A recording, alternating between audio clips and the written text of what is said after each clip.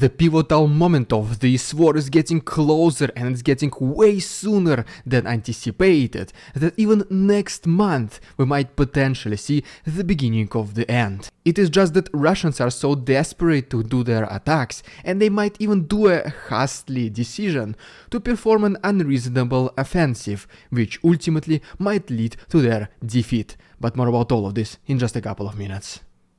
What's up, investors? It's the Russian dude. And let's go straight to the point and see some most recent footage. And our first video is from an extremely secretive place, where the army of Ukraine and the security of Ukraine is taking their decisions. This place is located underground, and for obvious reason the location is not disclosed, but you can see the basics, how the military decisions are being made. Next we go to Sweden, where the Prime Minister of this country has pledged 50 armored personnel carriers to Ukraine, and also some of its self-propelled artillery systems called Archer. And then, according to Ulf Kristersson, whenever Sweden was asked about the possibility to send fighter jets to Ukraine, he said that nothing is off the table. Next we go to Greece, where according to the Ministry of Defense, the country will supply 20 of its armored personnel carriers as well as some ammunition. And then we go to already familiar port in Germany, Bremerhaven, where the unloading of the military equipment continues until that day. In addition to 60 American Bradleys, a total number of 440 military vehicles have been spotted inside this port.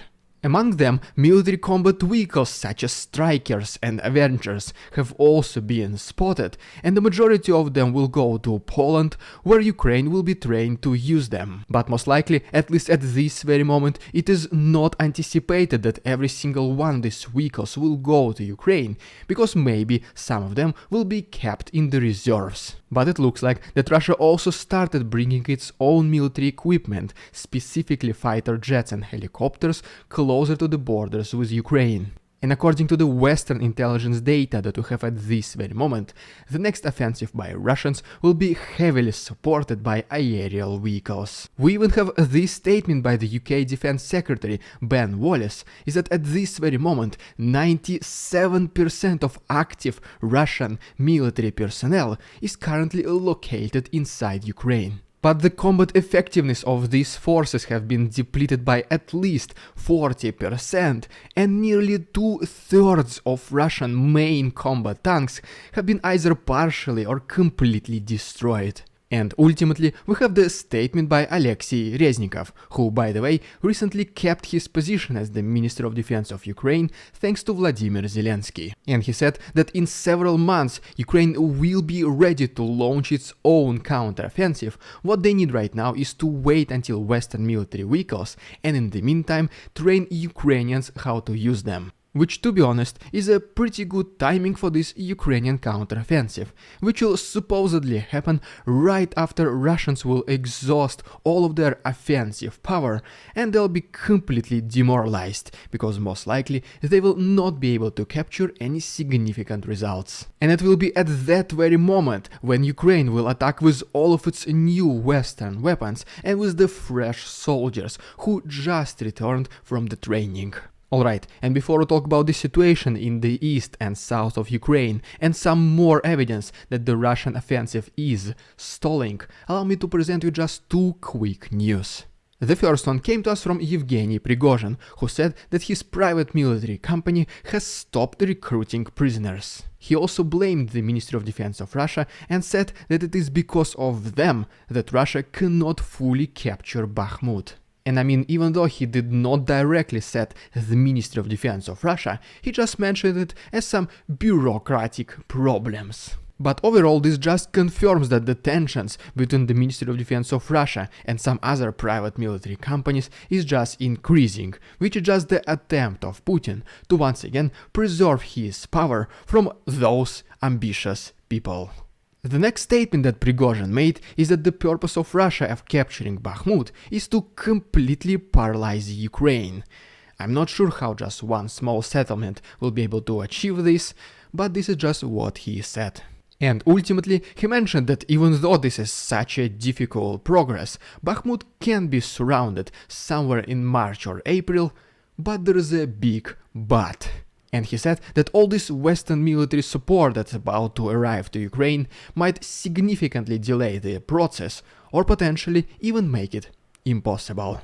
But okay, and the second news is that Putin is about to address the government of Russia and its Federal Council on February 21st to discuss some very urgent, unexpected and difficult questions. But they said that there is not gonna be anything about the second partial mobilization.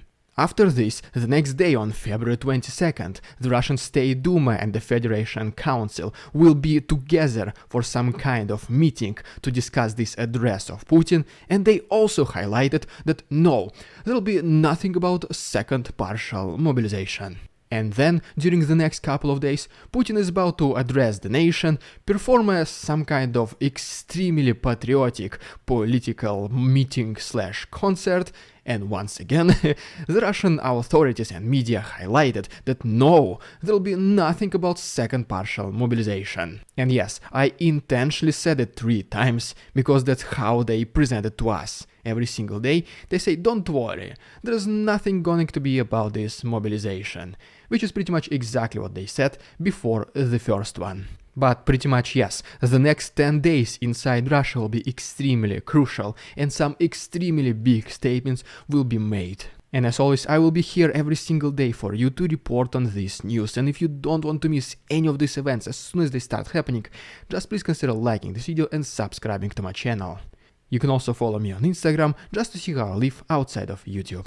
Alright, and now as promised, let's talk about the situation in the East. And first of all, according to the report by the Institute for the Study of War, Russians increased their offensive in Kupiansk region. At the same time, the pressure of Russians along Svatove-Kreminna highway remained pretty much the same. But the assaults of Russians next to Kreminna itself reportedly increased significantly, with Russians primarily attacking to the northwest of this area, west and to the southwest. Because of this, the attacks against Belohirivka also increased, and Russia reportedly started even using the aviation support. Next we go to Bakhmut itself, where reportedly the heaviest attacks of Russians come from the north of this settlement. At the same time, routine frontal offensive is happening to the east of Bakhmut, where Russians are suffering significant losses every single day. But Ukrainians performed their counter-offensive as well, and reportedly they were once again successful in the attacking to the south of Ivanovsky, and thanks to artillery strikes they were even able to destroy a Russian ammunition depot in Klishchiivka. And before I talk about the similar situation in the south, let me briefly show you this map, which shows you the changes in territorial control. And first of all, as you can see right here, Russians indeed increased their pressure to the west and northwest of Kreminna, as you can judge by the number of these new red arrows. Going more to the south, to Solidar area, we can see that Russians were relatively successful to the west of Krasna Hora. Then we can also see that Russians increased their offensive to the north of Avdiivka, and as we go to Marinka, we can see that Russians also started attacking more to the west of Marinka. And as we go to Zaporozhye region, specifically to the settlement of Orikhiv, we can see that Russians resumed their offensive to the south of this settlement. Alright, and now just a couple more words about the situation in the south, before I talk about this pivotal moment in this war. And first of all, as a result of a combined work of Ukrainian and Tatar partisans, 4 Russian military personnel have been eliminated in Novakakhovka. As we get closer to Kherson city, the artillery duels between two countries continue pretty much almost every single day, but recently Ukrainians started to be more dominant and destroy more artillery positions of Russians across Dnipro. And as a result of one of such attacks, a Russian military base has been reportedly destroyed in Kardashinka. And by the way, I recently received several more intercepted Russian phone calls, which just show you the general picture of devastation and dismorale of the Russian forces. And if you want to listen to these translated phone calls by yourself, in addition to seeing hundreds of uncensored photos and videos, I uploaded them to my Patreon, where there is still 1 week of free access, and all useful links can be found down below.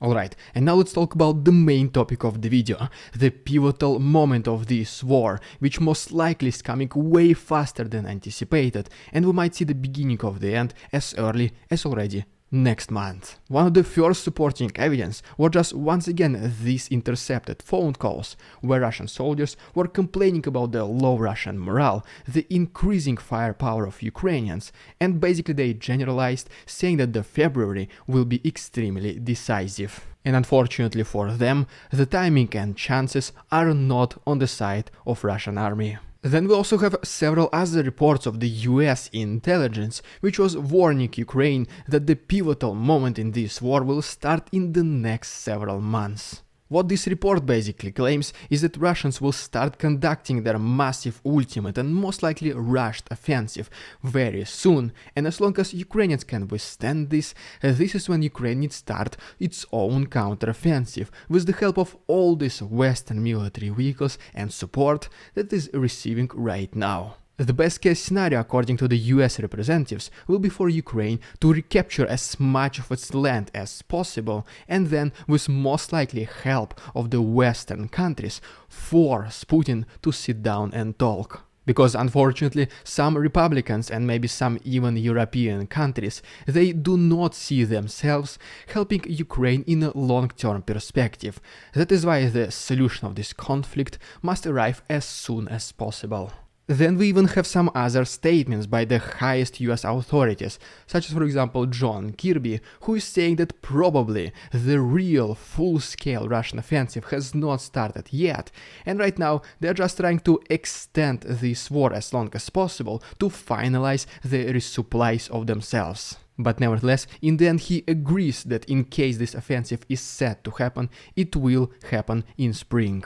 But then we started to receive some unrealistic scenarios, which were mainly coming obviously from the Russian infiltrators.